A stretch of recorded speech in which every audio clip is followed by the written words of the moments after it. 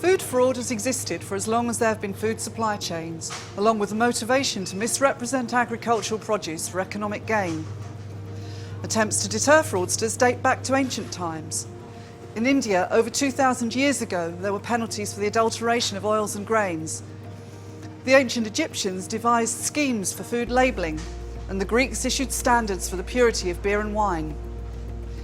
In Europe, during the Middle Ages, trade guilds were established to protect the quality and integrity of food, such as the Guild of Pepperers, which was responsible for maintaining standards on the purity of spices.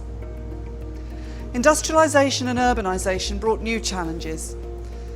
Consumers became increasingly remote from farmers, connected only through intermediaries like wholesalers, processors and retailers.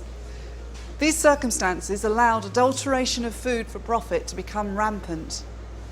Flour was bulked up with plaster or chalk, milk was watered down, tea and coffee were adulterated with ground nutshells or chicory, beer was extended with strychnine, a rat poison, and sweets were coloured and flavoured with a variety of inorganic compounds, many of them highly toxic.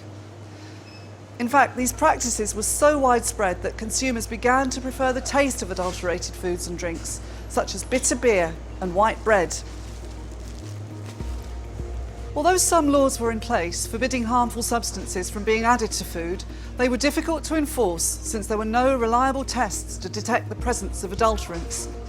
But towards the end of the 19th century, the tide began to turn, driven by rapid advances in the sciences, including analytical chemistry, and the introduction and enforcement of food regulations.